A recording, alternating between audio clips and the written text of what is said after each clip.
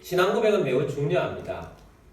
신앙 고백이 중요한 측면이 개인적으로 중요하고 또 교회적으로도 중요합니다. 먼저 개인적으로 중요하다라는 것을 말씀드리고자 합니다. 제가 오늘 신앙 고백이라는 제목으로 말씀드리게 된 이유는 요즘 제가 우리 인생에 있어서 신앙 고백이 매우 중요하다는 것을 날마다 느끼고 있기 때문입니다. 그 느낌은 저희 어머니 때문입니다. 저희 어머니가 88세이신데 넘어지셔서 골절을 크게 당하셨습니다. 골절을 크게 당했다는 소식을 듣고 얼마나 당황했는지 모릅니다. 왜냐하면 연세가 높으신 분이 골절을 당하시면 너무 생명이 위험하다. 그 이유가 위험하다. 이런 이야기를 많이 들었기 때문입니다. 응급실에 갔었고 또 의사 선생님을 한 이틀 후에 만나게 되었습니다. 의사 선생님께서 그런 말씀을 하시더라고요. 여러 가지 검사를 해봤는데 고령이시지만 수술 받을 수 있겠다. 그렇게 판단이 되어서 수술을 해야 하겠다고 말씀을 하셨습니다. 그러면서 또 이런 말씀을 하세요. 수술을 하게 되면 이런 현상도 올 수 있고 저런 현상도 올 수 있고 저런 올 수 있는데 하면서 거기 동이 쓰는 종이에다가 색연필로 이런 현상 저런 현상 이런 현상 하면서 마지막에 사망할 수도 있습니다. 그리고 또 한 이야기 하다가 사망할 수도 있습니다. 동그라미 한번 치고 또 이야기 하다가 사망할 수도 있습니다. 한 대여섯 번 그런 이야기를 하시는 거예요. 그렇지만 제 마음속에는 저런 일은 절대로 일어나지 않는다라는 확신이 있었고 마음이 평안했습니다. 왜냐하면 기도하고 그 의사 선생님을 만났고 또 말씀대로 아무것도 염려하지 말라고 하셨으니 아무것도 염려하지 않습니다. 다만 모든 일에 기도와 간구하라고 하셨으니 기도했고 감사함으로 이 모든 사정을 하나님 앞에 아렸습니다. 그랬더니 지각에 뛰어난 하나님의 평강이 내 마음을 평강의 마음으로 인도해 주셨기 때문입니다. 그래서 수술을 했습니다. 수술 결과가 좋다고 했습니다. 근데 수술한 그날 밤에 전화가 와서 혈압이 많이 떨어진다고 수혈을 해야 되겠다고 그렇게 해서 잠시 놀란 일도 있었지만 수혈을 하고 그 다음부터 계속 어머니께서 아주 건강한 몸으로 우리를 맞이하시고 그런 모습들을 매일매일 보고 있습니다. 우리는 어머니가 병원에 입원하신 날 이후로부터 매일 가서 면회를 하고 있습니다.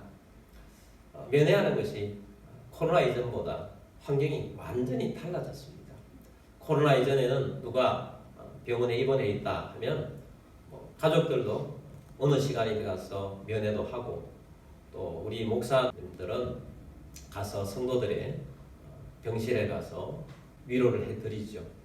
예전에는 6인실이라 할지라도 들어가서 그 6인실에 있는 분들에게 양해를 구하고 우리가 잠깐 예배드리겠습니다 하고 작은 소리로 찬송도 부르고 말씀도 전해주고 기도도 해드리고 이제 그런 시간들을 가지면 또 병실에 있는 분들도 같이 위로도 받고 어떤 분들은 우리 예배 끝나고 난 다음에 나가려고 하면 목사님 저를 위해서 좀 기도해 주시고 가세요. 그렇게 해서 기도도 해주고 그런 분위기가 있었습니다. 근데 코로나 이후로는 면회가 잘 안 됩니다. 저희들이 가족인데도 불구하고 한 명만 된다고 해서 둘이 갈 때 한 명밖에 못 들어가고 지금 2인실에 입원하고 계신데 또 너무 분위기가 그러니까 이야기하는 것도 아주 소근소근 대면서 어머니에게 이야기를 합니다. 저는 어머니를 만나뵐 때마다 꼭 확인을 합니다. 어머니 누구를 믿으세요? 예수님 믿지. 예수님 믿어서 어디 가요? 천국까지. 어머니 예수님 참 좋으시죠? 너무 좋지. 어머니 찬송 한번 불러보세요. 그러면 꼭 예수 사랑하심을 부르십니다. 한 글자도 안 틀리고 부르세요. 그리고 제가 기도해 드릴게요. 그리고 기도해 하면 너무 좋아하십니다. 그러면서 아멘, 아멘, 아멘 하시는데 그 아멘 소리가 제게 에너지가 돼. 기쁨이 되는 거예요. 제 아내도 면회하고 올 때는 너무 좋다. 너무 감사하다. 어머니가 영적인 것을 저렇게 사모하고 너무 좋아하신다. 라고 하세요. 어머니가 치매를 하신 지 한 10여 년 되셔서 많은 것들을 잊어버리고 계십니다. 그런데 영적인 것은 하나도 잊어버리지 아니하시고 계속 있는 것입니다. 그러면서 제가 계속 어머니에게 예수님에 대한 것을 자꾸 확인을 시켜드리는 것은 우리가 언젠가는 주님 앞에 모두가 갈 텐데 어머니를 보면서 결국 예수님 앞에서 마지막으로 남는 게 뭐냐? 모든 기억들이 다 없어진다 할지라도 모든 관계가 다 끊어진다 할지라도 또 빈손으로 가지 않습니까? 결국 우리가 예수님 앞에 설 텐데 예수님 앞에 남는 단 한 가지가 있다면 예수님은 나의 구세주이십니다. 그것만이 남는 거더라. 그래서 그것이 굉장히 중요하고 잊어버리지 말아야 할 것이 바로 이것이구나 하는 것입니다. 그래서 우리가 예수를 믿으면서 신앙 고백이라는 것이 우리의 중심에 얼마나 중요한가. 진실한 신앙 고백을 하는 신앙인으로서 살아가야 한다는 것을 우리 마음속에 깨닫게 되는 것입니다. 예화이지만 신앙 고백이 중요하다는 것을, 믿음이 중요하다는 것을 어떤 분이 만들어내서 그런 예화를 만들어낸 것이 있습니다. 베드로가 천국 문 앞에 서서 사람들을 맞이하는데 당신은 지상에 있을 때 무엇을 했습니까? 하고 물었을 때 저는 이런 걸 했고요. 저런 것을 했고요. 그래도 천국 문을 들이지 않는다는 것입니다. 그런데 어떤 분은 저는 지상에 있을 때 예수님을 나의 구주로 여기고 예수님 안에서 살았습니다. 그러면 맞이하면서 형제여 잘 왔도다 하고 천국 문으로 인도해 준다는 것입니다. 우리 개인적으로 가장 중요한 것은 바로 진실된 예수님에 대한 신앙 고백이라는 거죠. 그래서 여러분 오늘 우리가 예수를 믿으면서 예수 믿는 사람으로서 진실된 신앙 고백을 하며 믿음으로 살아가는 주의 백성이 되기를 주의 이름으로 축복합니다. 두 번째 중요한 것은 교회적으로 신앙 고백은 매우 중요합니다. 교회는 건물이 아닙니다. 우리가 눈에 보이는 것이 교회 하는 건물만 보이기 때문에 교회는 건물이라고 생각합니다. 근데 교회는 사람입니다. 어떤 사람인가? 예수님을 주로 고백한 사람들의 모임, 그 사람들이 교회라는 것입니다.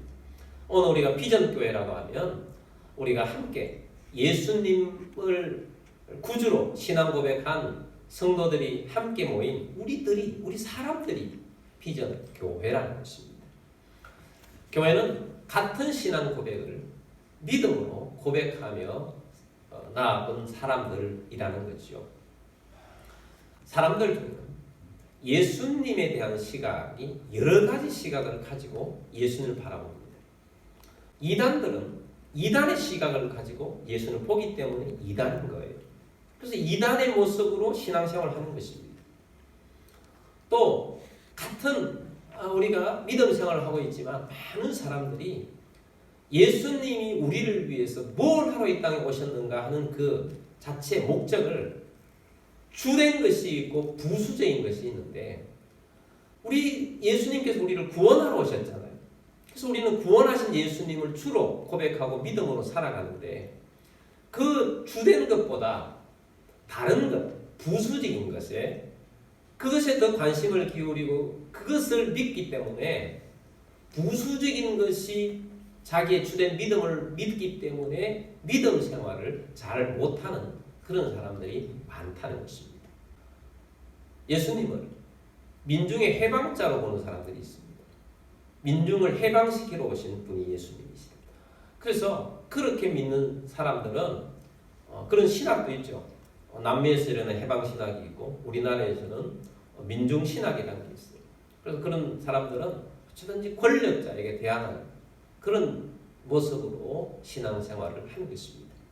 또 어떤 사람들은 예수님을 나에게 부욕해 주시는 분으로만 여기는 사람들이 있어요. 그런 면이 있죠. 우리가 예수를 믿고 진실되게 믿으면 예수님께서 복을 부어주시는 그런 면이 있습니다.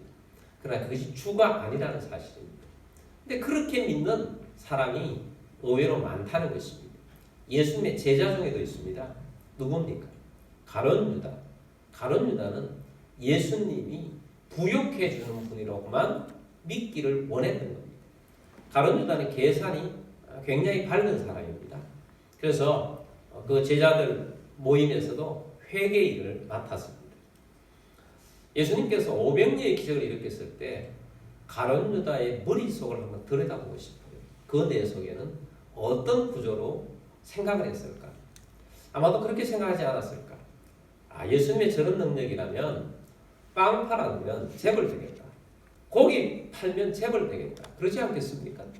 조그마한 도시락 하나가 저 많은 사람을 먹여 살리는데 저걸 판다면 얼마나 많은 이익이 될까? 가룟 유다가 몇몇 성경에 나타난 장면 보면 돈에 관심이 많은 자입니다.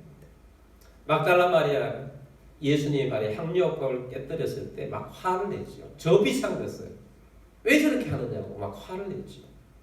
그러다가 결국은 예수님을 돈으로 팔지 않습니까? 얼마나 쪼잔합니까? 예수님을 은삼심에 팔아버려요. 시각이 그냥 돈에 관심이 있으니까. 그래서 성경은 가룟 유다를 도적이라 그렇게 부르고 있습니다. 잘못된 시각으로 주된 것을 잘못된 신앙으로 믿고 있기 때문에 가룟 유다와 같은 그런 길을 걸어가는 것입니다. 마태복음 16장은 매우 중요한 장입니다. 예수님의 사역에 있어서 중요한 새로운 단계로 넘어가는 포인트가 되는 것이 마태복음 16장에 나타난 기록이에요. 예수님께서는 제자들을 데리시고 빌립보 가이사라라는 지역으로 가셨습니다. 빌립보 가이사라라는 그 지명은 헤롯 빌립이라는 분봉왕이 세운 도시입니다. 신도시인 거죠. 헤롯의 가문을 보면 예수님이 태어나셨을 때 헤롯 왕이 있었어요. 그리고 곧바로 헤롯이 죽습니다. 그리고 그 나라의 왕을 세 나라로 왕을 헤롯의 아들 3명이 갈라서 통치를 하게 됩니다. 그 중에 한 왕이 헤롯 필립이에요. 헤롯 필립이 로마 나라에 잘 보이기 위해서 신도시를 만들면서 신도시 이름을 가이사를 위한 도시라고 그래서 빌립보 가이사라라는 지명으로 이름을 붙인 겁니다. 가이사는 시저지요. 시저를 위한 도시다라는 지명을 붙인 것입니다. 근데 본래 그곳은 빌립보 가이사라라고 이름 짓기 전에는 판신이 역사하는 곳이었어요. 성지순례를 가본 것을 보면 굉장한 곳이에요. 왜냐하면 바위 절벽이 쫙 있습니다. 헐몬산에서 바위 절벽이 있고 거기에서 어디서 나오는 물인지 모르게 엄청난 물이 그냥 바위 밑에서 쏟아서 나와서 그것이 요단강으로 흘러가는 요단강의 시발점이 되어지는 그런 곳이에요. 근데 그 곳에 우상숭배가 굉장히 많았는데 그 우상숭배의 중심 신 중에 하나가 판신이라는 것입니다. 판신은 그리스 로마 신화에 나오는 신인데 판신은 머리는 사람인데 몸통은 염소예요. 자, 이스라엘 나라 자체가 목양을 하는 나라잖아요. 그러니까 목양을 하는 나라에서 하나님을 단절시키고 나니까 다른 신을 찾는데 그리스 로마 신화에서 바로 염소 신을 거기에서 섬기는데 그곳에서는 여자들을 그 바위 위에서 꼭대기에서 떨어뜨려서 인신제사를 드려요. 그럼 무지막지하는 것이 바로 그 곳이라는 것입니다. 이 바위에서 물이 나오기 때문에 신비한 곳이죠. 예수님께서 바로 그런 곳에 제자들을 데려가셔서 예수님이 질문을 2가지를 던지죠.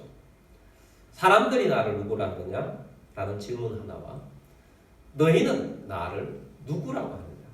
이 2가지 질문을 예수님께서 던지십니다. 예수님의 관심은 사람들이 나를 누구나 하느냐 그것에 있는 것이 아니고 너희는 나를 누구로 보고 있느냐 하는 그것을 예수님께서 질문을 하시면서 답을 듣기를 원하셨어요. 마태복음 16장 13절 14절 말씀 보겠습니다.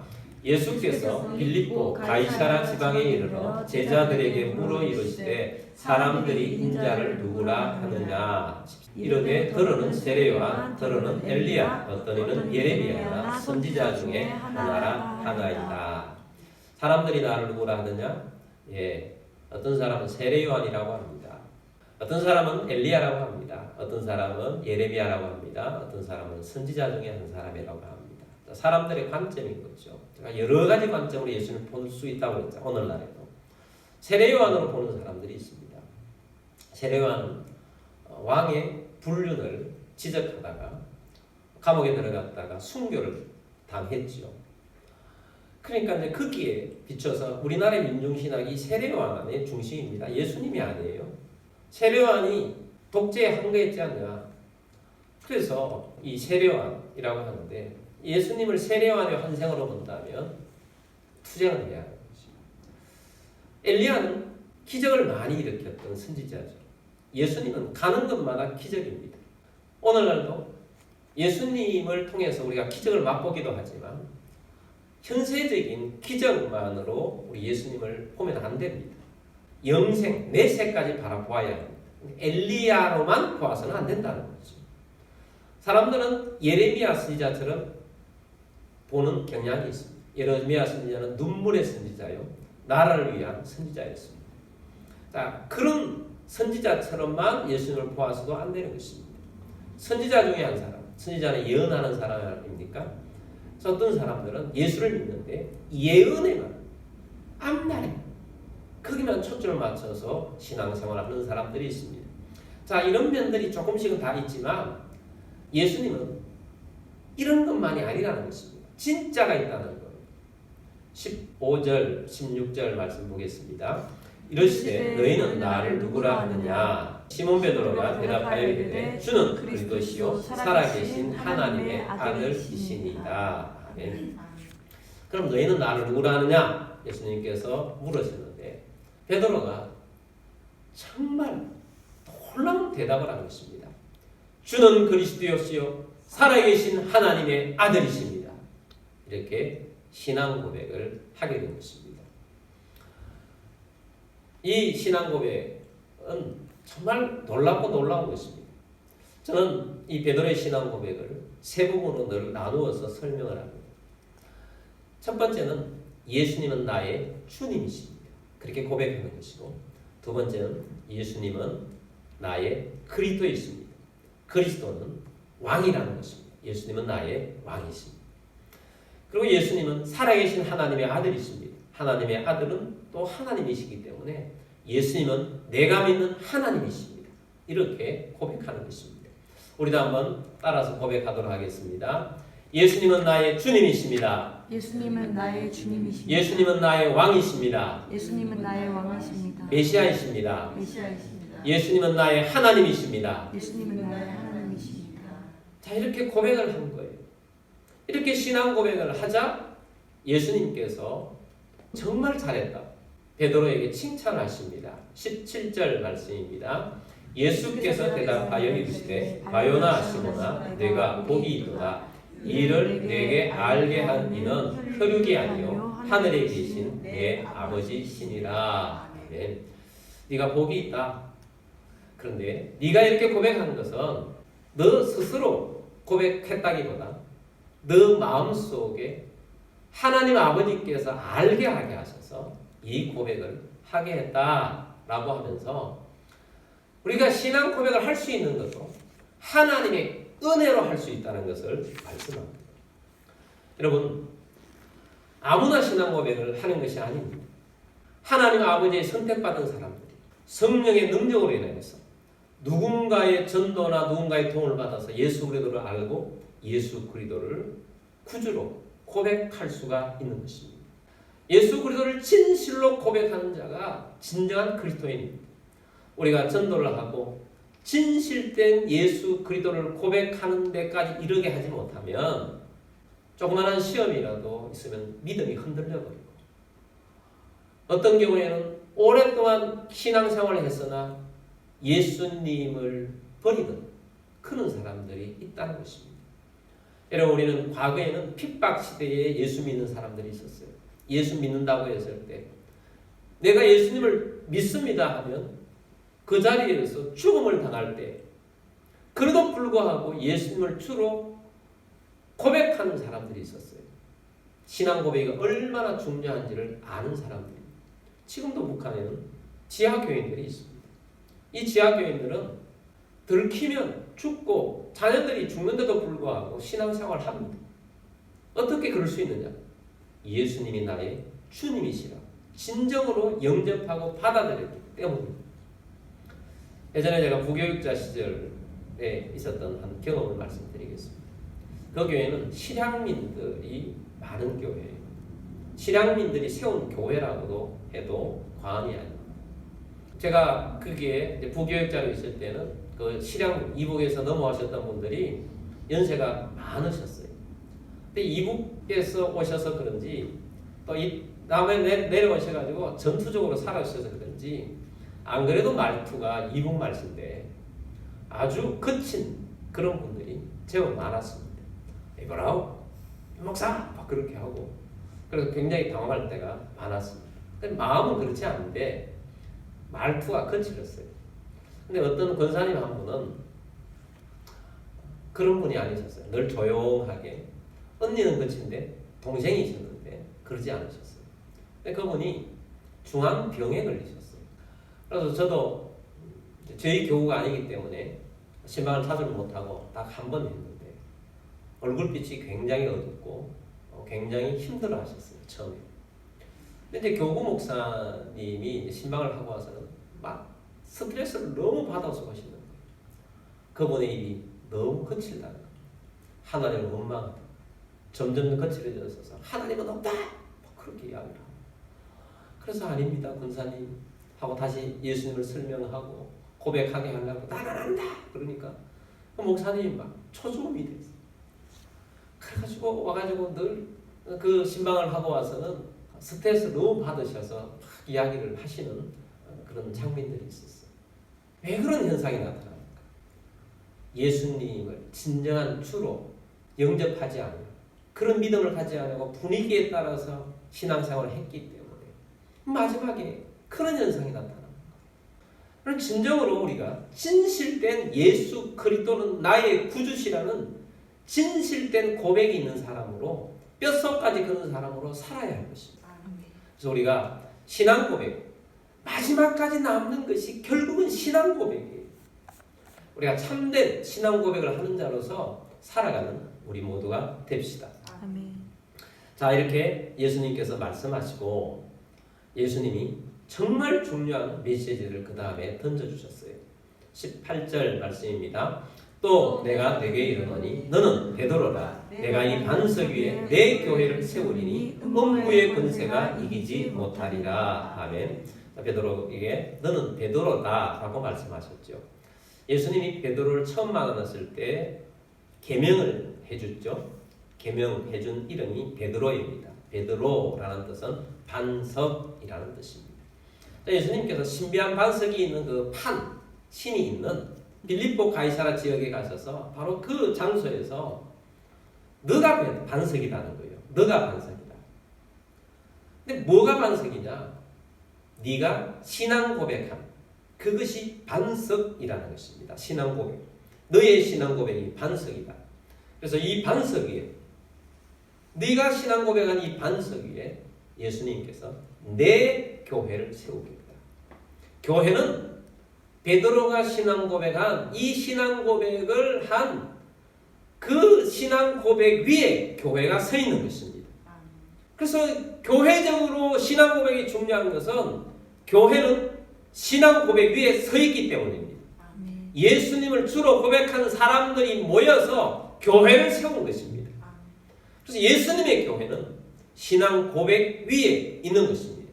그래서 우리가 신앙 고백이 교회의 기초이기 때문에 굉장히 중요한 것입니다. 그런데 로마 천주교는 이것을 문자적으로 받아들여서 로마에 가면 성 베드로 성당이 있는데 그 성 베드로 성당 밑에 베드로의 시체가 있어요. 그래서 예수님이 이 반석의 교회를 세우겠다고 해서 그 위에 교회를 세웠다고 해서 우리만이 진짜 교회라고 그렇게 하고 있습니다. 예수님이 말씀하신 것은 베드로의 시체 위에 세운 교회. 베드로의 시체가 뭐가 중요하겠습니까? 우리가 똑같은 시체입니다. 베드로가 한 신앙 고백 위에 교회가 서 있는 것입니다. 그래서 우리는 동일한 고백을 가지고 신앙생활을 하는데 교회의 능력을 예수님께서 세 가지로 말씀해 주셨어요. 첫 번째 능력은 뭐냐? 음부의 권세가 이기지 못하리라. 사단의 권세가 교회를 이기지 못한다. 라는 약속을 주셨어요. 여러분, 세상에 예수님을 몰라도 야, 저건 사탄이 하는 짓이야. 저 사탄이 역사에 있어서 사람이 저런 거야. 라고 할 수밖에 없는 일들이 세상에 비일비재하게 일어나잖아요. 엄청난 일들이 나. 인간이 어떻게 저럴 수가 있는가? 음부의 권세가 세상을 장악하고 있는 그러한 곳에 얼마나 많은 역사들이 사탄의 역사는 일어나고 있습니까? 심지어 오늘날 저 서구 사회에서는 사탄교가 있어요. 사탄교. 소리 소문 없이 사람들, 아이들을 데려가서 인신 제사도 드리고 그런 사탄교까지 있어요. 사탄 성경도 있어요. 사탄 예배도 있어요. 음부의 권세가 활동하고 있는 것입니다. 우리 하나님의 사상 가운데 예수 안에 있으면 사람들이 깨끗해지고 순수해지고 맑아지는데 철학 있잖아요. 철학에서 나온 사상들을 보면 그 사상하에 있으면 사람들이 마음이 악해진 모습들이 있습니다. 물질주의 있잖아요. 물질주의. 유물론. 하나님을 인정하지 않는 유물론. 영적을 인정하지 않는 유물론들. 그게 무엇이 선한 것이 나오겠어요? 악한 역사가 있는 것인데. 근데 그 모든 이 세상의 악한 것들을 이길 수 있는 권세를 교회에 주신 것입니다. 여러분이 교회는 약한 것 같고 힘이 없는 것 같지만 영적인 권세가 있어요. 음부의 권세를 깨뜨리는 능력이 있어요. 교회가 함께 기도하면요. 지역이 변화되고 나라가 바뀝니다.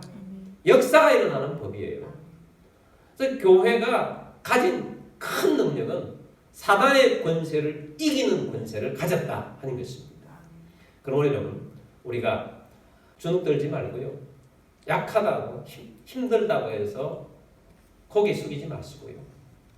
겸손하게 고개 숙여야 할 일은 있어야 되겠지만 어떤 음부의 권세에 주눅들지 맙시다.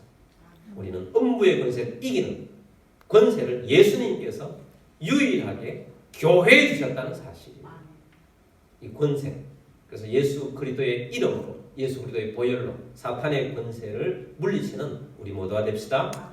19절 말씀 보겠습니다. 내가 천국 열쇠를 내게 주리니 내가 땅에서 무엇이든지 매면 하늘에서도 매일 것이요 내가 땅에서 무엇이든지 풀면 하늘에서도 풀리리라 하시고. 아멘. 자, 첫 번째는 음부의 권세를 교회가 이긴다. 두 번째는 내가 천국 열쇠를 내게 준다. 교회가 가진 권세. 두 번째는 천국 열쇠인 것입니다. 교회는 천국 열쇠를 가지고 있어요. 교회가 영혼을 구원합니다. 교회가 지옥 백성들을 하나님 백성으로 만들어가는 것입니다. 여러분, 교회가 가진 가장 큰 사명이 전도하고 제자 삼아서 하나님의 나라를 이루어가는 것입니다. 그러므로 우리가 끊임없이 우리 주변에 영혼을 구원하는 자, 천국 열쇠를 가진 자로서 살아가는 주의 백성이 되기를 바랍니다. 세 번째는 매고 푸는 권세예요. 매고 푸는 권세. 네가 땅에서 무엇이든지 매면 하늘에서도 매일 것이요 네가 땅에서 무엇이든지 풀면 하늘에서도 풀리리라 하시고. 교회는 기도와 우리의 삶으로서 매고 풀어요. 이 땅에 잘못 풀려진 것들이 있어요. 잘못 풀려진 것들을 우리는 예수 이름으로 하나님 앞에 기도하고 하늘에서 우리의 기도를 들으시고 잘못 풀려진 것들을 다 내어버립니다. 그리고 풀어내야 될 것들이 있습니다. 풀어져야 될 것들을 사단이 메고 있는 것들을 우리 교회를 통해서 기도를 통해서 우리의 삶을 통해서 풀어내는 것입니다. 용서하지 못할 자 우리가 용서하면 풀어지는 것입니다. 그래서 우리는 우리의 삶을 통해서 메고 푼다는 사실이에요. 그래서 우리 하나님께서 우리 주님께서 우리 신앙 고백을 한 믿음의 백성들 교회를 통해서 이런 놀라운 은혜를 주셨어요. 그럼 얼마나 놀랍습니까?